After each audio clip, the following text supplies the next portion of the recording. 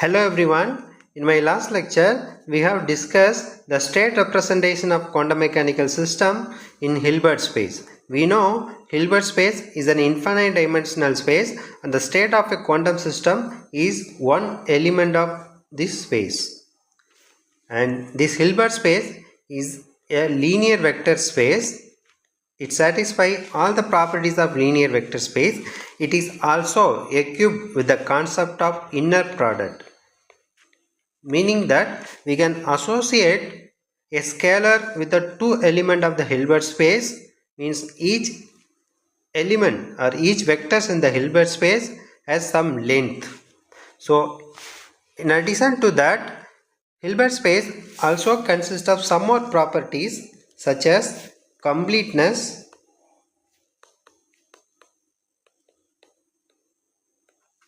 and separability,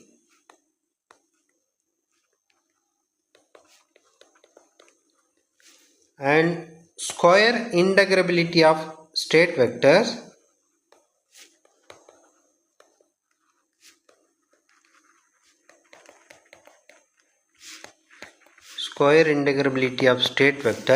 and if time permits, in this lecture we will also discuss the concept of operators in quantum mechanics. So in addition to these three properties of Hilbert space, we will also discuss the operators in this lecture if time permits. Okay, so let me first tell what is completeness properties of Hilbert space.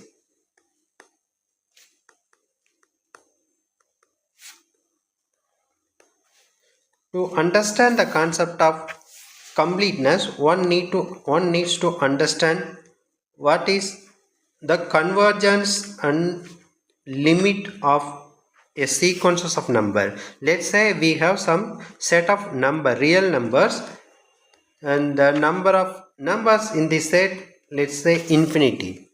So one can ask immediately whether the sequence will diverge or does the sequence has some limit or not. This is the natural question one can ask immediately when seeing a sequence. Okay, not all sequences converge.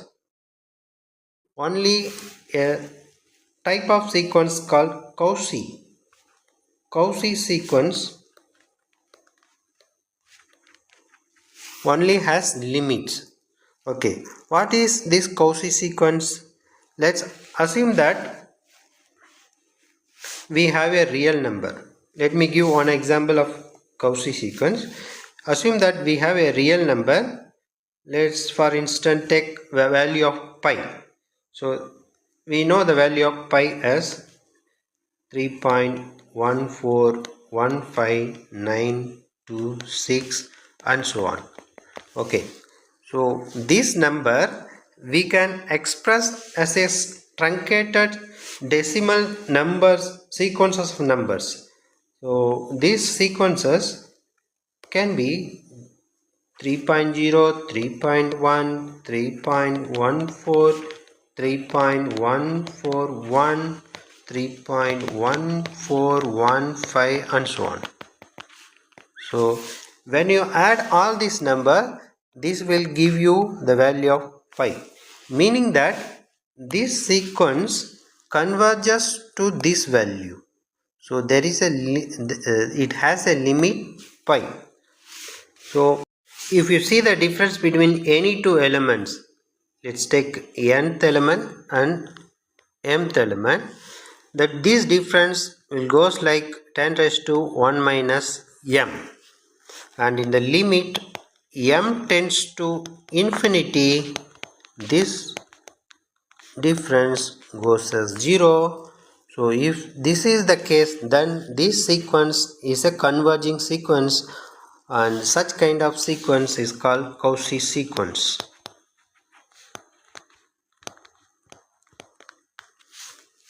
So the difference between the nth and mth element of the sequence in the limit m and n tends to infinity goes as 0.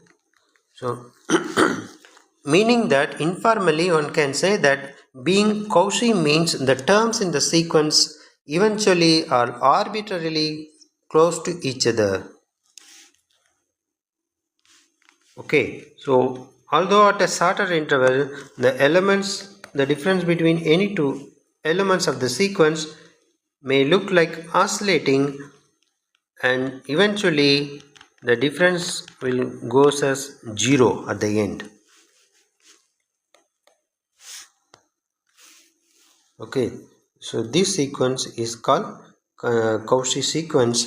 If you take another example of this series -1 whole raised to n, whereas this sequence is not a Cauchy sequence.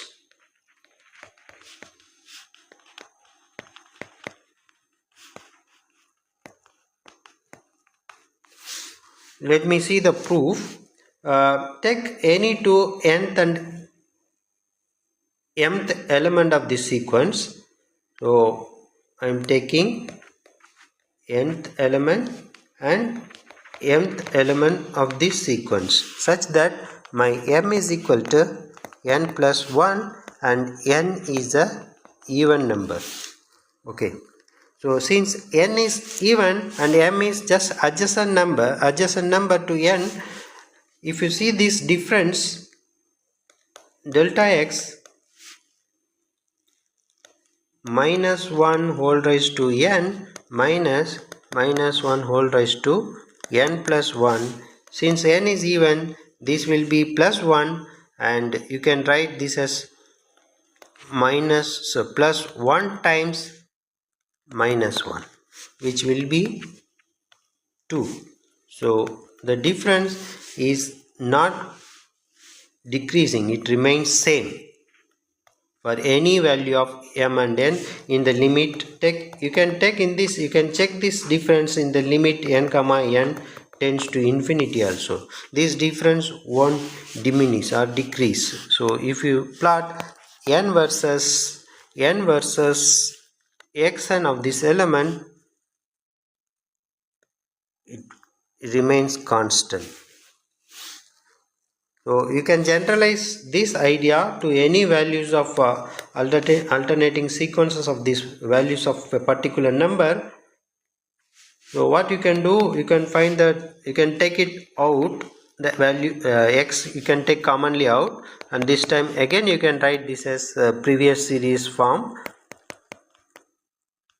and you can show this time the delta x will be the difference between any two elements of the sequence will be 2 times x. So again this is not a converging series, this doesn't converge to a particular number. It doesn't have any limit in the number space itself. Extending this idea to a function space which consists of functions as elements, and we have infinity number of such functions. So any element of the Hilbert space can be expanded in power series form using these elements. Okay, if the difference between or length between any two elements of this Cauchy sequences of function in the limit n comma m tends to infinity is 0, then this function sequence is said to be Cauchy sequence.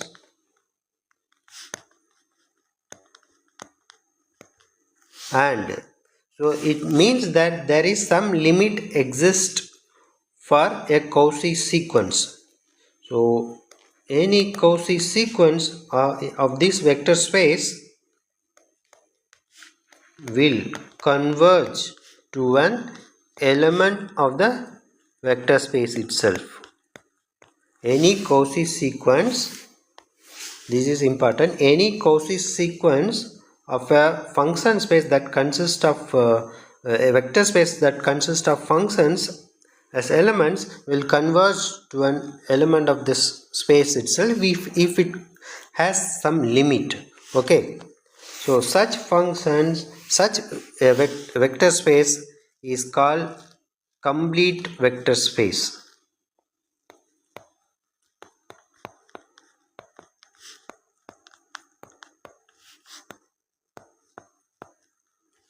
The vector space whose limits also belongs to the vector space itself is said to be complete vector space. Hilbert space is an example of complete linear vector space. Complete linear vector space. Hilbert space is a complete linear vector space. It equipped with the idea of inner product, meaning that you can associate scalar or a length to vector elements. So this is the idea of completeness of vector space. Hilbert space is a complete linear vector space with the property of scalar product. After all, why one needs the completeness property of vector space? So the idea of completeness has been taken from the theory of set. A set is said to be closed if its limit exists within the set itself. So similarly, a linear vector space is said to be complete if its limit exists within the space itself. Such kind of space is called complete vector space, and Hilbert space is a complete linear vector space. So this completeness properties of vector space ensure that any operation on the state vector, so since the state vectors is of infinite dimensions, the space is of infinite dimension, so any operation on the state vector can give rise to infinity, which is unphysical. So all the results should be physical, which should not be infinity. This completeness property ensures that we are not getting any unphysical quantities upon any operation on the state vector. So now we will move to next property of the Hilbert space, which is separability.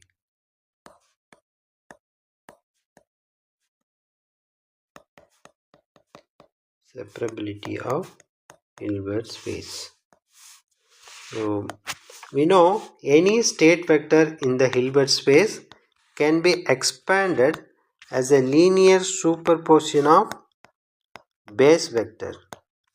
So here phi n are base vector. If we take a real Euclidean space, any vector can be expanded as a linear superposition of base vector ijk. Okay, so it's a 3D space. That's why we have three linearly independent set of base vector. Okay, but Hilbert space is of infinite dimension. So can we enumerate the base vectors for a Hilbert space? That is the question.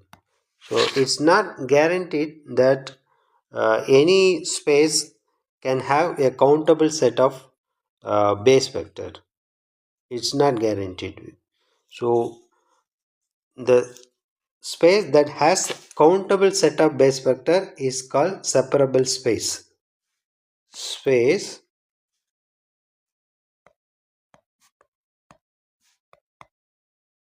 that has countable set of base vectors is called separable space. Hilbert space is a separable space. Is a separable space such that though it has infinite dimension, it's a countable. So it's a dimension, it has the dimension of countably infinity. Means Hilbert space, you can also say that dimension of the Hilbert space is of countable. So countably infinity, or Hilbert space has the countably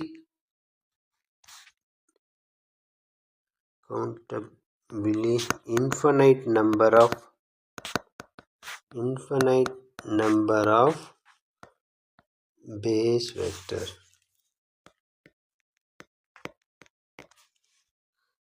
Okay,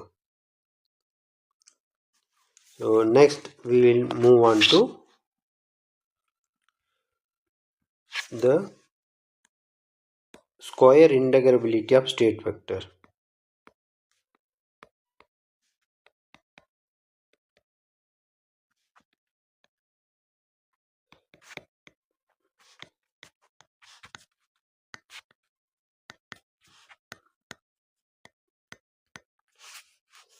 Okay, as has been mentioned previously that any state vector in the Hilbert space can be represented as a linear superposition of base vector. Here phi n are base vector and they are infinity in number and they are separable, meaning that we can have a count. This as my first base vector and this is my second base vector and so on. They are countably infinity in number, and so any state vector can uniquely expanded as a linear superposition of this base vector, provided you know these coefficients. Okay, these coefficients also infinity number, and knowing this coefficient is equivalent to knowing the state vector itself, and this is unique for the given ket vector. If you are representing some other vector from the same space, you can still use the same base vector, but this time you have to use a different set of coefficients that are unique for this vector. Okay, so how to find the coefficient, these coefficients? Just use the inversion formula, and using the orthogonality, this time you have to take the orthogonality property the base vector you have to use, and if you want an, that will be given by the taking inner product of base vector, the corresponding bra vectors of the base vector phi n and psi. This will give all the ans. So if you are doing this process n number of times, you can get all the ans.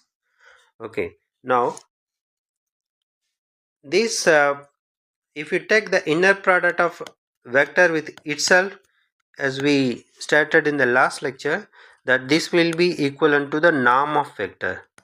This is called the norm of the given vector, which is equal to length squared of the given vector, and if you want the length, just take the square root of this. It's a non-negative number. This will give the length. So we are looking for a space whose element has some finite length. It should not converge to infinity. So this value should be less than infinity, meaning that if you are finding inner product of vector with itself, you should get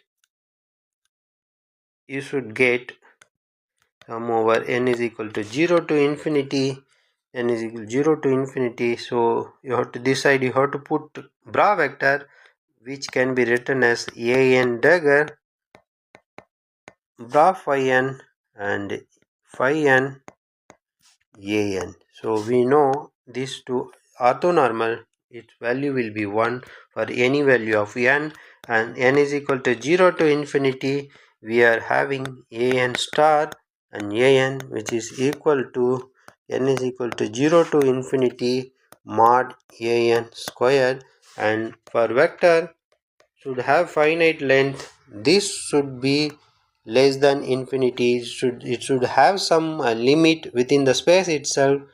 So you can understand the uh, importance of these sequences. These sequences of number should converge to a finite value, should not tend to infinity, and the coefficient that has this property is called L2 space. The space that has sequences of number of this kind is called L2 space, small L2 space, And if you extend this property to continuous representation, the inner product is in function space we used to represent in the following way for 1D case. So psi star psi into dx. So this is how we used to represent the inner product in continuous representation of the state vector in quantum mechanics. That is so for this to be a physically acceptable wave function, this should not diverge to infinity. This should converge to some finite value, and so a space that has this kind of functions is called capital L2 space, square integrable space, or quadratically integrable space. So between the here it is between the interval minus infinity to plus infinity. It could have been between any two arbitrary interval a to b. So this is called square integrable function space. So it's a special version of L raised to p space between any two arbitrary limit. You can have a space which is quartic integrable in nature, meaning that the integration between minus infinity to plus infinity psi star square and psi could tends to some finite value which is less than infinity, and this space is finite in nature, means complete linear vector space, and this space is called L raised to 4 space between limit minus infinity to plus infinity. So what is the advantage of having L squared space over other space LP? So L squared space has some special properties such as the notion of inner product, a scalar product, and the idea of angle between the state vector and orthogonality. All those things are specific to only L squared space. For other space, you cannot define this property. That's why all the state vectors in quantum mechanics are used to be taken from L squared space, which has these properties like inner product, angle, orthogonality, which are very important in quantum mechanics. Now we will move on to discuss the operators.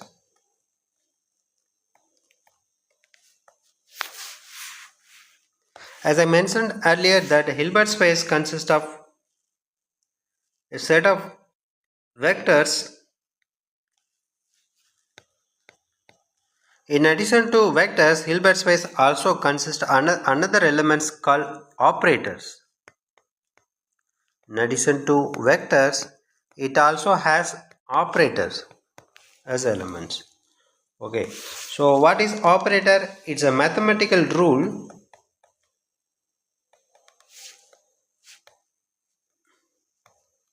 operators are mathematical rules that when it acts on a ket vector, so operate this operator, I will be denoting it by some hat over letters, and this symbol denotes here operators. Okay, now when this operator act on the ket vector, it produces another ket vector from the same space. When this same operator act on any bra vector in the dual space, it produces some other bra vector in the dual space. So it's a mathematical rule. So some examples of operators are derivative operator. If you take a derivative operator, and 1D case I am taking for simplicity, if I operate this operator on any ket vector, it produces some other vector. So we have to remember that it's a Hilbert space is a function space. When this derivative operator act on some function, it produces some other function. That's all.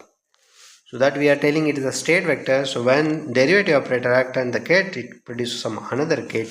And we also have some identity operator such that when this operator act on any ket vector in the Hilbert space, it reproduces the vector itself.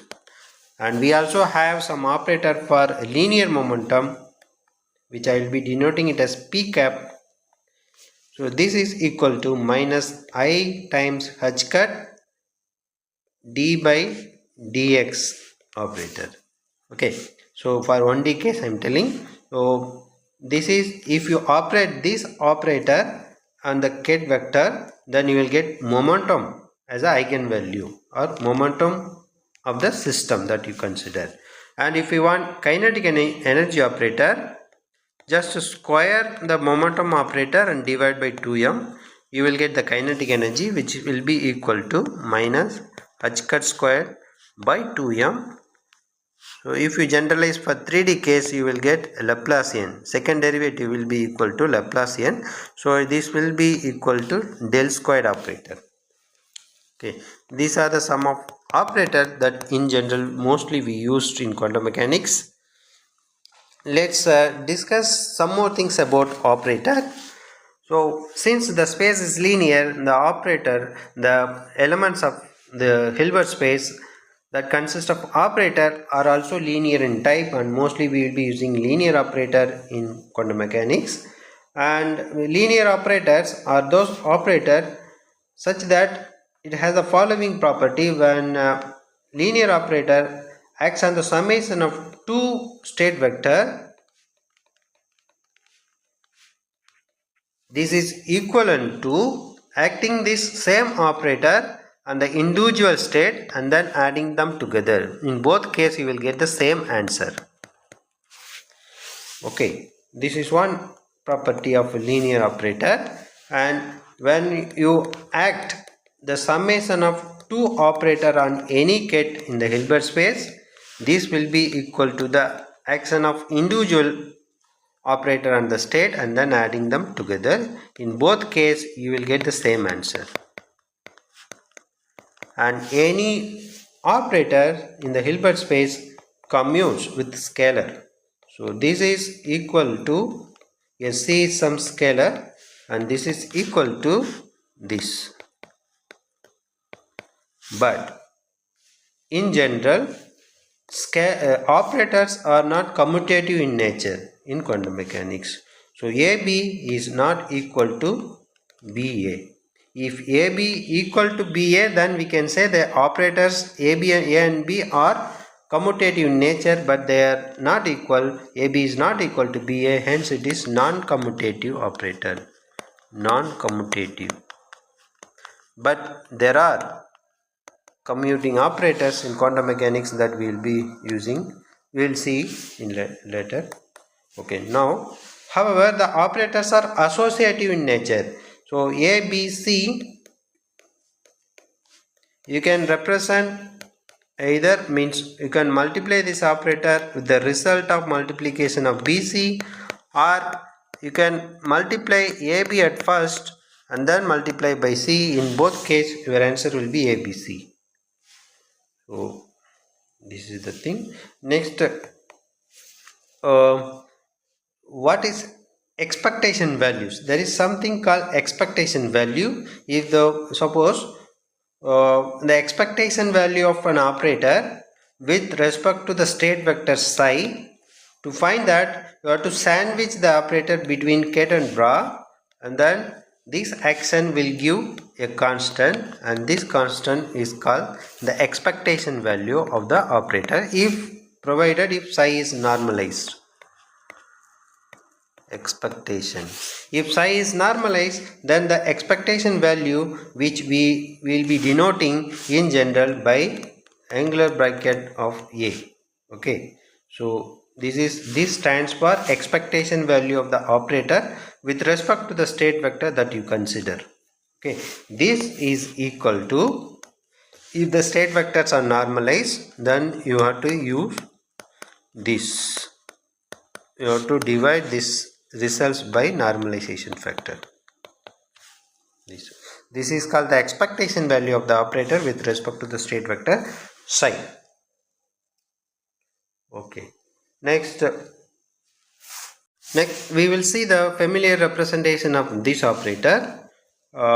We know in quantum mechanics that ket vectors are column matrix and bra vectors are row matrix, and bra on the left, cat on the right will be a constant.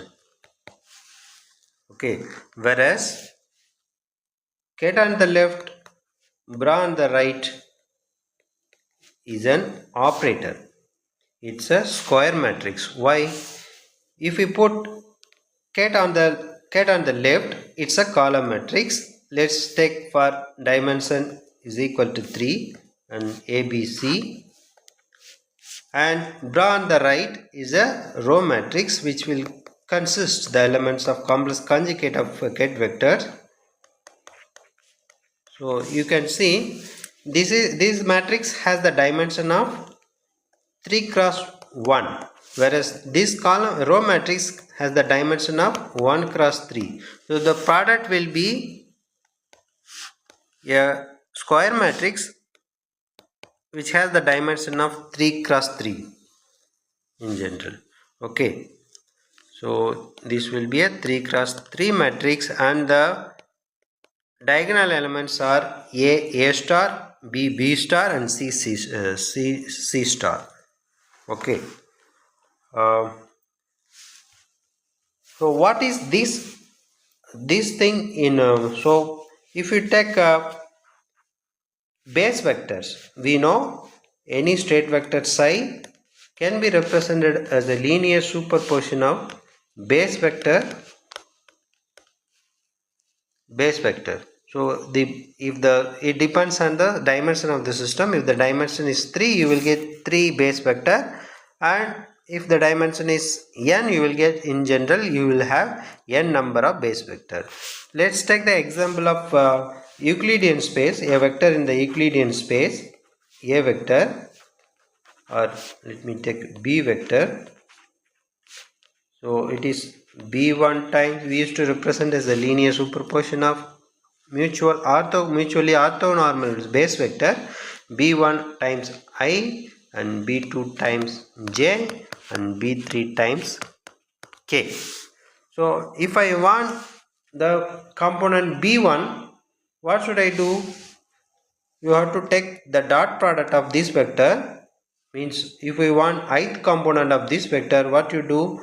Take the inner product of this base vector I with the vector itself. This dot product will kill the dot product with the other orthonormal straight vector j and k, and it will give only the value of b1. So this is the component of this vector along the direction of x, along the direction of I cap.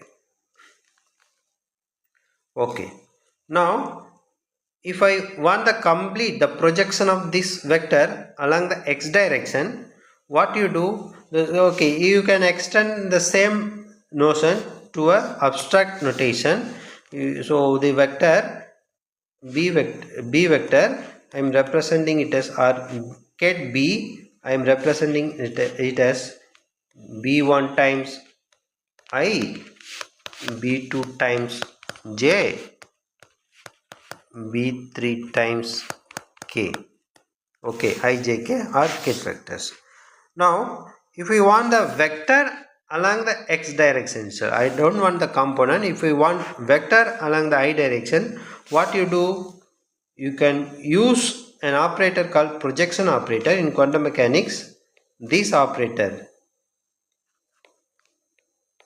is called projection operator, such that when it acts on any ket vector in the Hilbert space, it projects out the component of this vector along the base vector that you are writing here.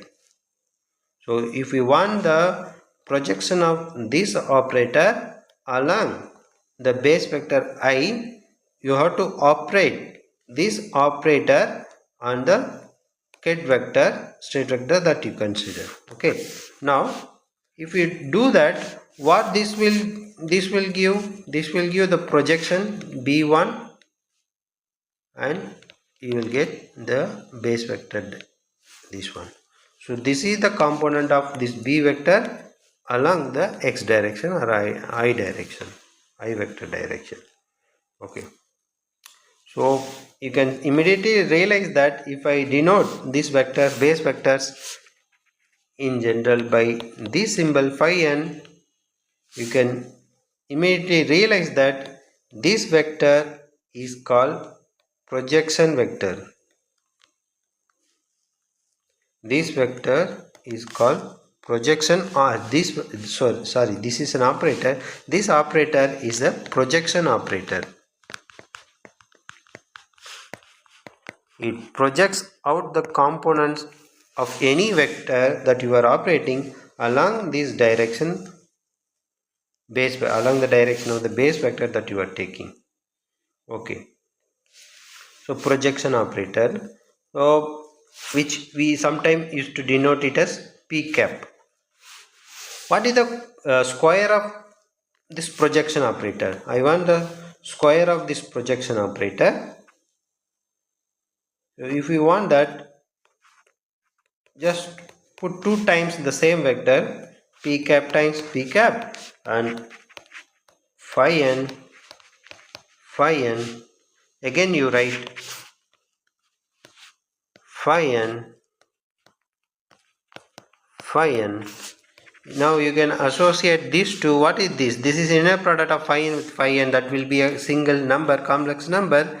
But this is an orthonormal base vector. In that case, it will be a 1. It will be 1. This will give 1. Using the orthonormality condition, you can use phi n, phi m will be equal to delta mn. So in this case, m is equal to n, you will get 1. So this will give the vector itself. So the square of projection operator is the operator itself. P cap squared is equal to p cap, and p cap squared minus p cap is equal to 0. And if you take p cap commonly out, it will give minus 1 is equal to 0. The solutions of these equations are p cap is equal to 0 and p cap is equal to 1. So the operator that we are dealing right now is projection operator, whose square is equal to the operator itself. Similarly, if you come to the matrix, we have some kind of matrix, and if you square it, you will get the matrix itself. Matrix whose square is equal to the matrix itself are called Idem-Boden matrix. Idem-Boden matrix. And if you see their eigenvalues, they will be either 0 or 1. Okay, so we will now discuss what is eigenvalues of a matrix. As I told earlier, that eigenvalues are operators or matrices in quantum mechanics, and when it acts on the state vector, it produces some other state vector, let's say psi dash. And if it turns out that if your psi has some constant time the psi itself, then such kind of vectors are called the eigenvectors of this operator, and the constants are called eigenvalues of this operator. So this is possible only when the operator acts on the eigenstate. It will give the same eigenstate with some eigenvalues.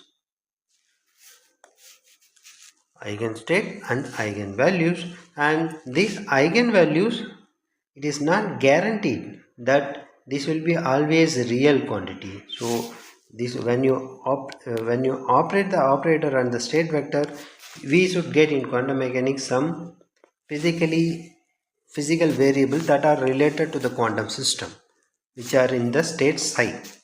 But if this, not all the operator will give you real values. Only some specified operator will give only real eigenvalues, which are physical observable of the system, of the operator that we are acting on the system. Such kind of operators are in matrix are called Hermitian adjoint. Hermitian. So Hermitian matrix. Such kind of matrix are called Hermitian matrix. So what are Hermitian matrix?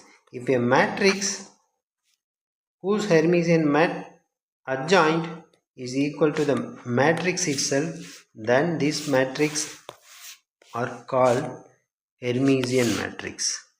So you take for the given matrix, takes the Hermitian adjoint, and if it turns out that both are equal, then such matrix are called Hermitian matrix. How to take a Hermitian adjoint? You have a matrix. How to take its Hermitian adjoint? What you do, if you have a 3 cross 3 matrix such that you have A11, 12, 13, A21, 22, 23, A31, A32, 33. If you have this as your A matrix, the Hermitian adjoint can be done this way. You take, if they are complex number, take the complex conjugate of each of this matrix element and then take the transpose. If you take the transpose, this will be A11 star, A12 star, A13 star, and this will be equal to A21 star, A22 star, A23 star, and A31 star, A32 star, A33 star. You can see this is your Hermitian conjugate, and if A cap is equal to A cap dagger, then this is called Hermitian matrix.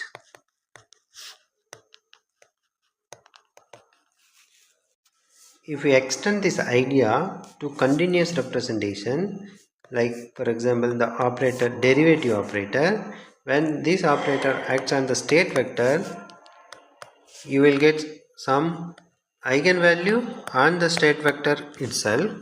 So for this equation will be satisfied only for some particular operator called self-adjoint operator. Self-adjoint operator. Self-adjoint operator. How to find the Hermitian adjoint operator? So if you take any operator with respect to the states psi and phi, if you want to find the Hermitian adjoint of this operator, then you have to convert all the kets by bra and bra as ket. So and then put the operator and the ket vector and take the complex conjugate. Both are equal. So this is equivalent to finding the Hermitian adjoint of an operator. And if it turns out that if the operator and the Hermitian adjoint, if both are equal, then such kind of operator are called Hermitian operator. Hermitian operator. Okay. For matrix, I already told. For in continuous representation, this is what you have to use in general.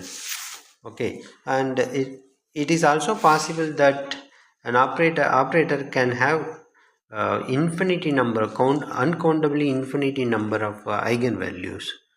So if you measure the position, you will get position as eigenvalues.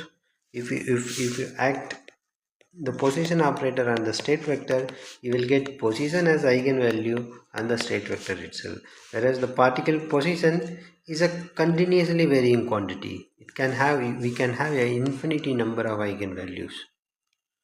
Okay, all right, let's discuss now some of the properties of the Hermitian adjoint. So taking Hermitian adjoint 2 times is equivalent to the operator itself. For an operator, if you take Hermitian adjoint 2 times, again you will get the operator itself. And if you take Hermitian adjoint for the addition of 2-3 vectors operator, then that is equivalent to taking the Hermitian adjoint of each of this operator. A cap dagger, B cap dagger, C cap dagger and D cap dagger. Okay. Now taking Hermitian adjoint operator is a linear process. Okay. Now when a group of operator acts on some state vector psi, now and if you are taking Hermitian adjoint for the combination of operator and the state vector, then this is equal to this. C cap dagger, B cap dagger, A cap dagger. Now you can see in both cases C cap is acting on the state vector at first. Here C cap is acting on the state vector at first, and then the resultant state will be acted by B cap, and then the resultant state will be again operated by A cap. Here also it is happening the same. Okay. Now we have discussed what is Hermitian operator. Now if it turns out that it may also happen that when you take the Hermitian conjugate of an operator, and if it is equal to the negative of the operator, then such kind of operator are called skew Hermitian operator or anti-Hermitian operator.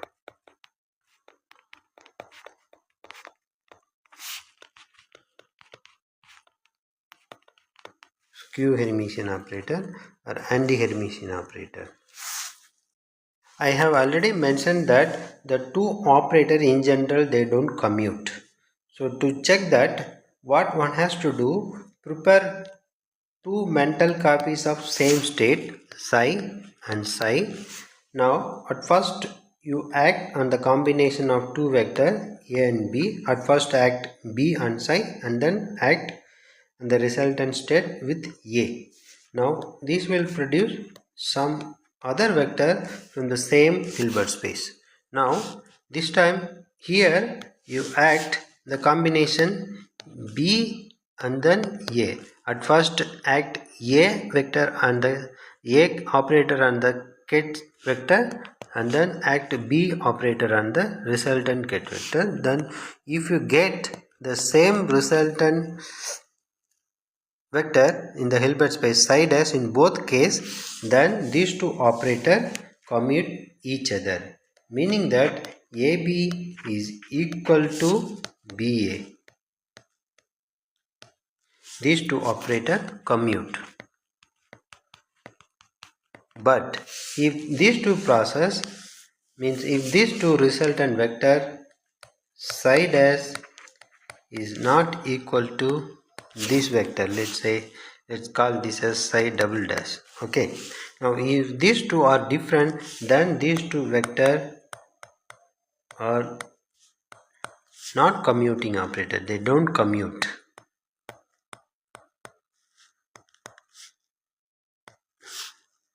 Non-commuting operator. They are called non-commuting operators.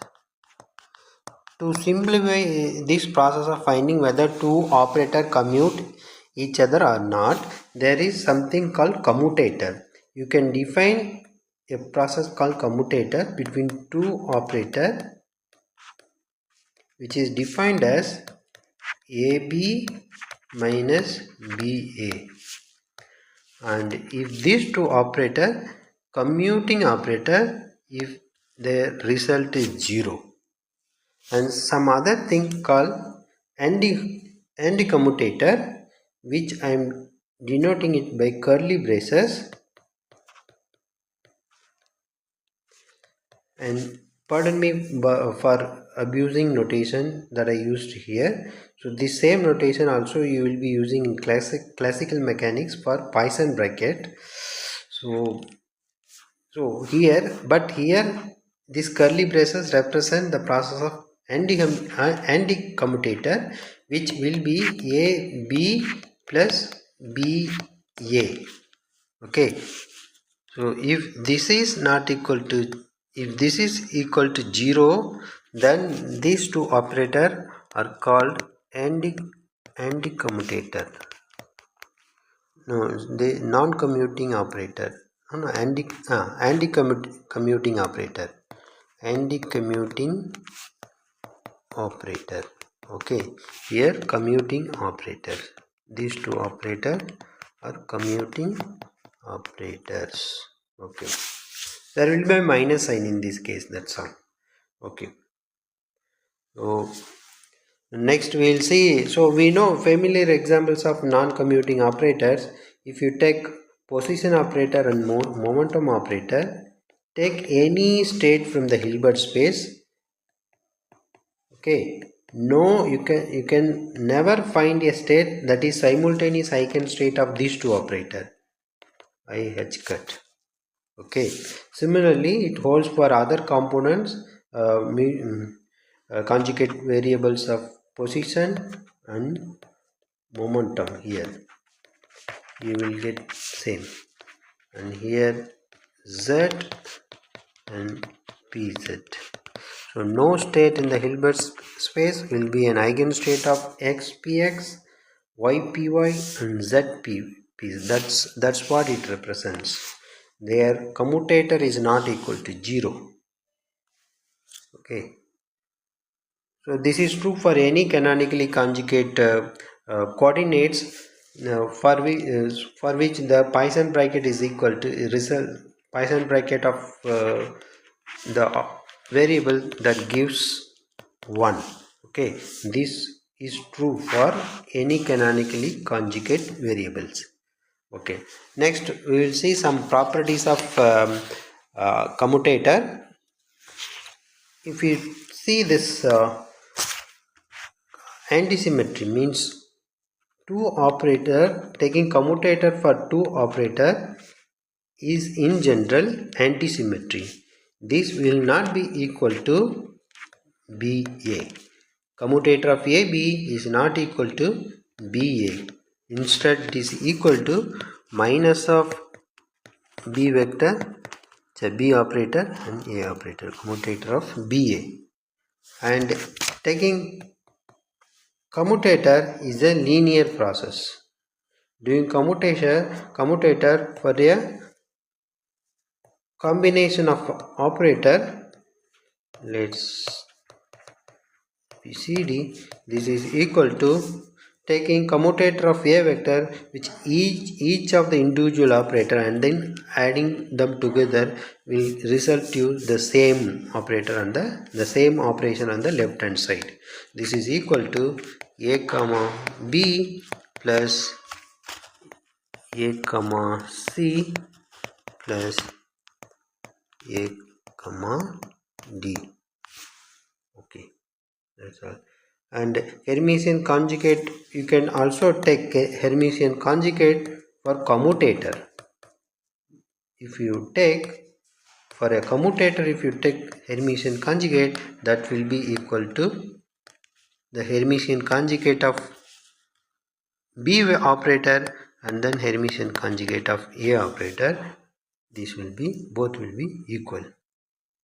And taking commutator is a distributive operation of taking commutator for combination of three operator is distributive in nature.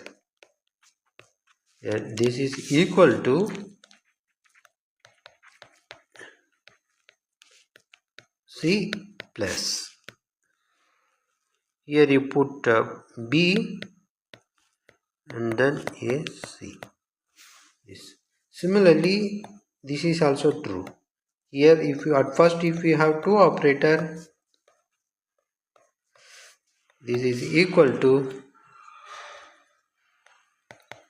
A B C plus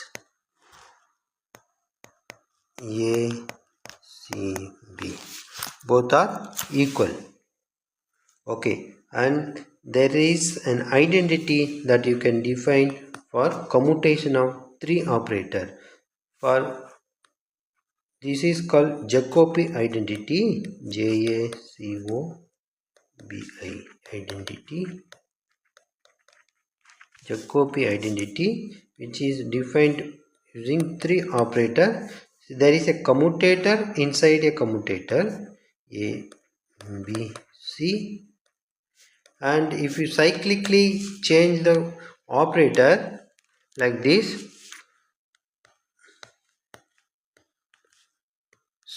CA, okay, add, we have to add, okay, again you do cyclic rotation. Here this time you have C and here you have A and B, correct? Okay, now this, if you do the cyclic rotation of the three operator, then and add, if you add all of them, it should give you 0 at the end. Okay, this identity is called Jacobi identity. And the last point, operation of operator commute with any scalar. Means if you take, if you in the commutator, if you put some constant, then this operator will commute. This process will give you 0. It means that any operator will commute with a scalar, any scalar. Okay, that's all. Here one can see an interesting fact about the commutator of two operator. If two operator are Hermitian, I am taking two operator and they are Hermitian operator, such that b cap dagger is equal to b cap itself and a cap dagger is equal to a cap dagger. And if the product of these two operator is also, if Hermitian, a cap b cap the whole dagger is equal to a cap b cap itself, then these two operator commute with each other. These two operator will commute. We can prove that easily. So we have this. Now take a Hermitian conjugate for the product of these two operators. This must be equal to b cap dagger a cap dagger. Why? So actually we haven't seen that proof. For that, if you have a if you take a Hermitian conjugate for the product of 2 3 operator, here we have, then this is equivalent to take multiplying the operator Hermitian adjoint of this operator in the reverse order. This is equal to c cap dagger b cap dagger and a cap dagger. Now applying using this property, one can write the this the Hermitian conjugate of the product of two operator in this way. And so this can be written, we know these two are individually Hermitian operator. This must be equal to b cap and a cap. And also from this equation, AB the whole dagger must be equal to AB, since the product also is Hermitian. So this must be true. So you can see AB is equal to BA. So hence it is proved these two operators are commuting operator. Commuting operator. So this is true only when two operators are Hermitian operator, and if their product also a Hermitian operator, then these two operators should commute. Okay, we can see one more interesting fact about the projection operator. The product of two commuting projection operator is also a projection operator. I am taking two projection operator. Let's denote the first operator by P1 cap and second operator as P2 cap. Now take the whole, we can prove that, we are proving that if two operator or if two commuting projection operator, the product of two commuting projection operator is also a projection operator. We are going to see the proof of that. Let me write it first. The product of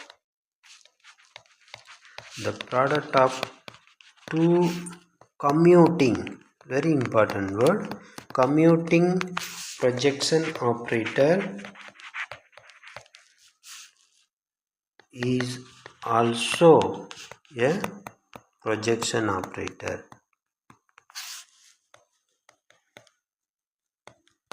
So we have already discussed that the projection operator, this one,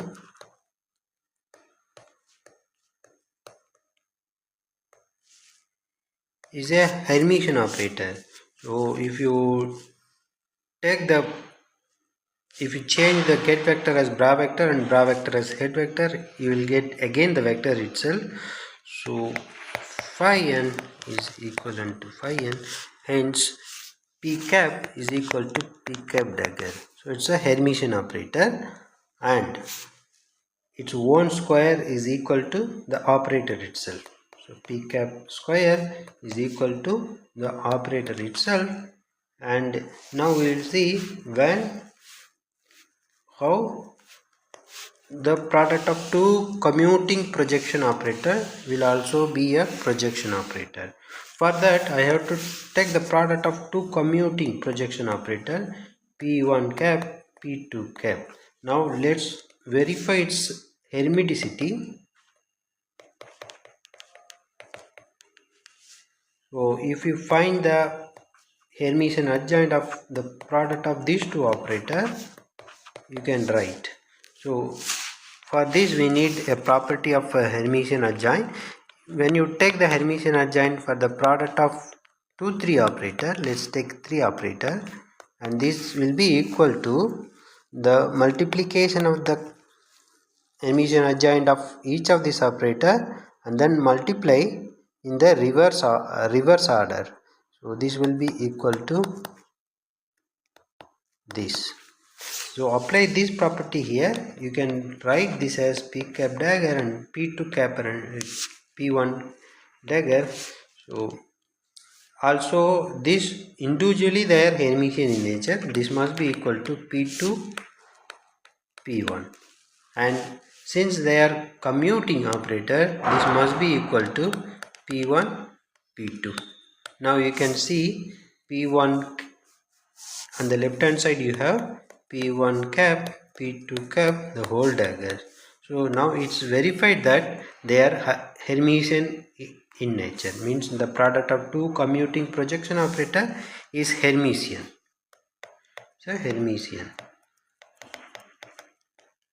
Now let's verify whether the product of two commuting projection operator square is equal to the operator itself.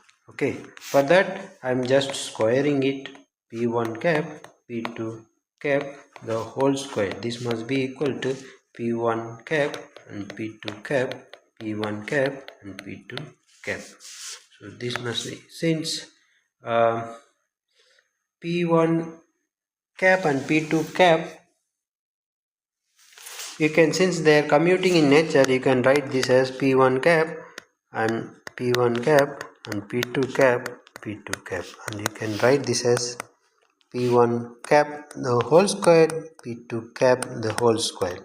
Okay, individually they are projection operators, so I can write this as p1 cap and p2 cap. You can see on the left hand side you have p1 cap and p2 cap the whole square, that is equal to p1 cap and p2 cap. So its square also is equal to the operator itself. So this second property also is verified. So it is verified that the product of two commuting projection operator is also a projection operator. In our next discussion, we will see some problems on the operator, and then we will move on to discuss some more properties of operator and then establish uncertainty relation between the operators. That's all. Thank you.